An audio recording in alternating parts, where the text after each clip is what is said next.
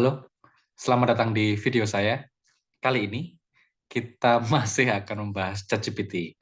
Nah, di video ini saya mau propose gitu ya. Saya mau memberikan satu apa ya mini studi kasus mini tentang bagaimana kita bisa menggunakan ChatGPT untuk tugas mahasiswa di kelas gitu. Jadi kita kita mulai bahas dari awal ya. Jadi menurut saya tahun 2023 awal Januari itu seharusnya mulai pada heboh. Seharusnya mulai pada heboh ngomong tentang ChatGPT.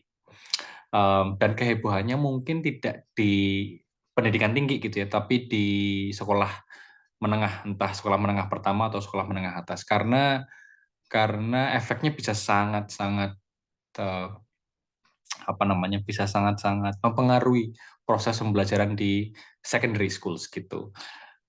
Feeling saya seharusnya kita sudah mulai rame ngomongin si ChatGPT ini ya, dan efeknya ke pendidikan gitu. Januari harus mulai rame, bukan harus ya, mungkin.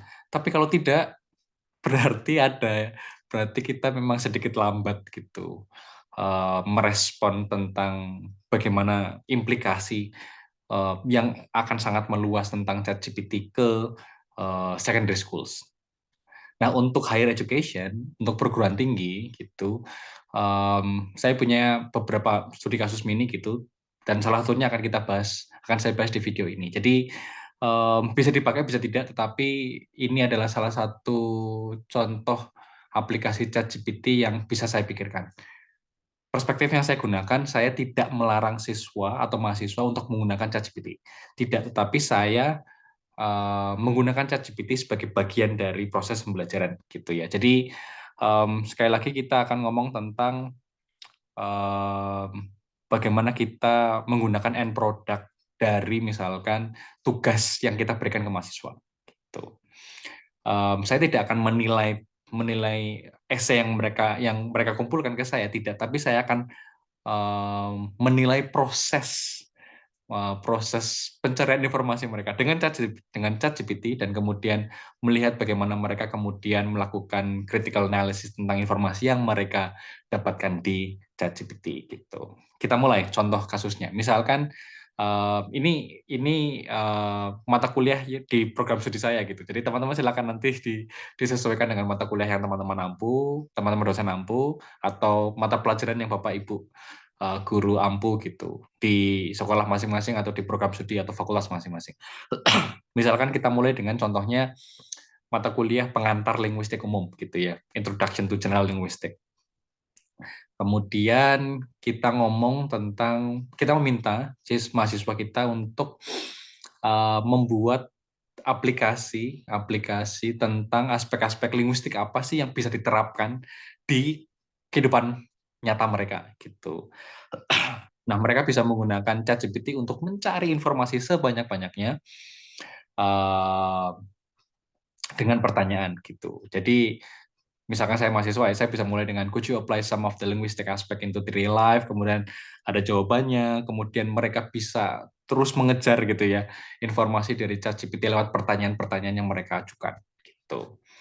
Jika sudah jika mereka sudah puas, mereka akan kita minta untuk mengirimkan hasil percakapan mereka dengan ChatGPT ke kita via WhatsApp. Bisa Japri, bisa grup gitu ya.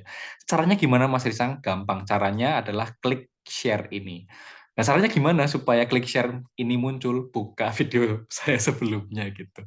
Klik share ini muncul jika teman-teman sudah install Google Chrome extension Share GPT gitu ya. Share GPT bisa cari di Chrome Web Store, atau nanti kalau curiga gitu tinggal browse channel YouTube ini, di video saya ada ya, sudah ada langkah-langkahnya ya untuk install Share GPT, sehingga nanti ketika diklik share, diskusi kita dengan ChatGPT itu akan dibuatkan permanent link oleh si ChatGPT ini. Jadi nanti mahasiswa juga diberitahu untuk install ini sehingga mereka bisa save percakapan mereka dan kemudian dibuatkan permanent link oleh ShareGPT. Ketika sudah dapat permanent link yang dibikin oleh ShareGPT, kita minta mahasiswa kita untuk ngirim link ini ke kita. Gitu. Jadi kita punya nih a whole collection of percakapan dari mahasiswa kita. Setelah sudah,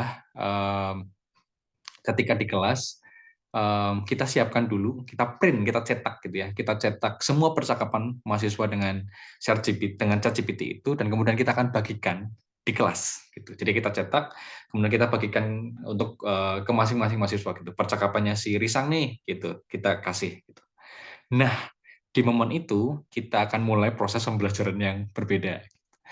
Di saat di kelas itu ketika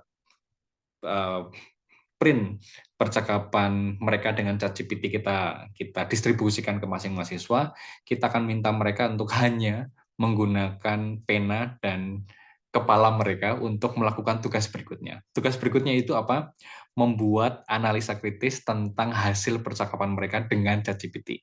Jadi no smartphone, no laptop, no internet. Jadi hanya pena, kertas kosong, dan percakapan mereka, cetakan gitu ya, print-printan percakapan mereka dengan ChatGPT.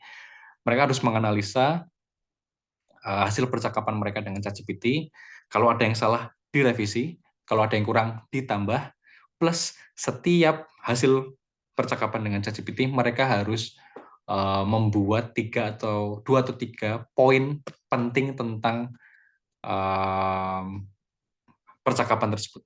Jadi apa yang menarik, apa yang kurang, dan kalau menarik kenapa gitu. Jadi mereka harus melakukan analisa kritis gitu.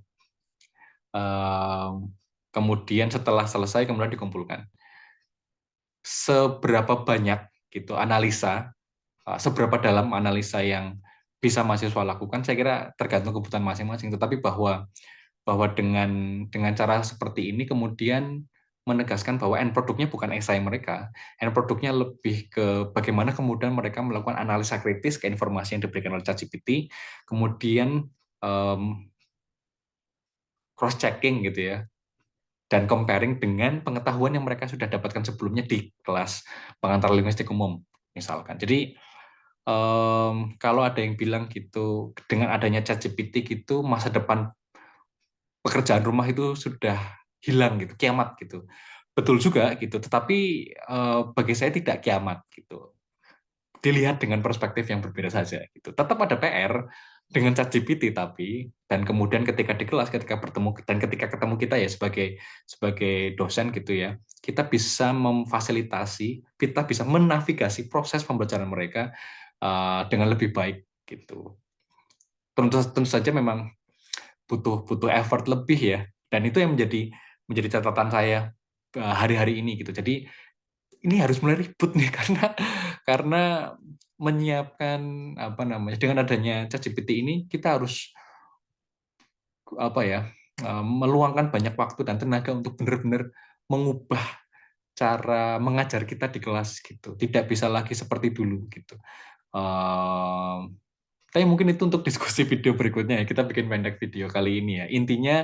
Intinya memang kita harus kreatif untuk mengintegrasikan ChatGPT ke proses pembelajaran kita.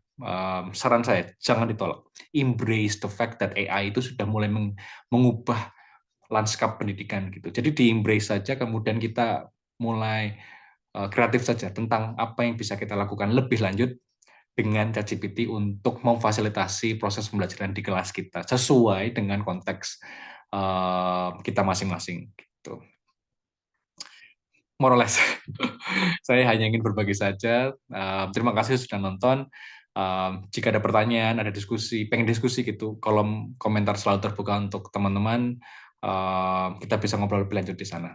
So, thank you very much for watching. Sampai jumpa di video berikutnya. Bye.